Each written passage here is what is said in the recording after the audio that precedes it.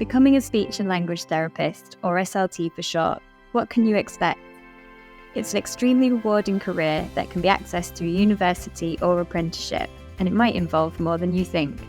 For instance, as well as supporting people with their speech and language, SLTs also assess and manage eating, drinking and swallowing, support social communication and behaviour, provide training to others such as family members, teaching staff, medical teams, and maximise quality of life. SLTs work with everyone across the lifespan, from birth to end-of-life care. Teamwork is a huge part of being an SLT.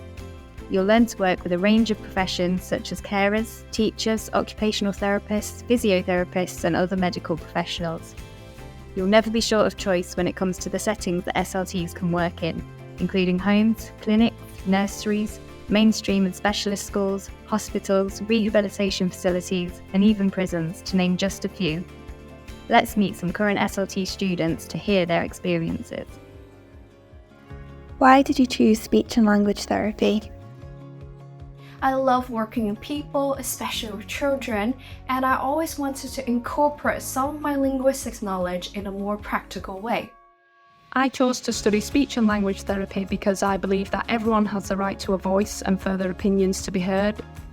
I completed my time in marketing and advertising, and I thought I've got a few transferable skills that goes into SLT, because having a degree in advertising, which is a communication, a form of, so I thought, I've got these skills, I can do that, sounds quite good. I want to work with people. I like working with people, I like helping people, and just having that connection. I chose SLT because it's got a great job prospect. What do you like about the course? Because the profession is so broad, it's impossible for the course to cover every aspect. But one thing I've really loved is how many opportunities there are to get involved in things that take your interest. We have a strong theoretical and evidence-based knowledge from all our lectures, covering a range of clinical populations and client groups that we're likely to encounter as newly qualified therapists. What challenges have you faced? One main one being adjusting to the expectations and the academic kind of writing of this course was new for me. My background isn't in that type of writing at all, so it took a few assignments to adjust. As a student with a disability, navigating study and placement has been challenging at times. However, I've found that my disability gives me really valuable insight that allows me to support others.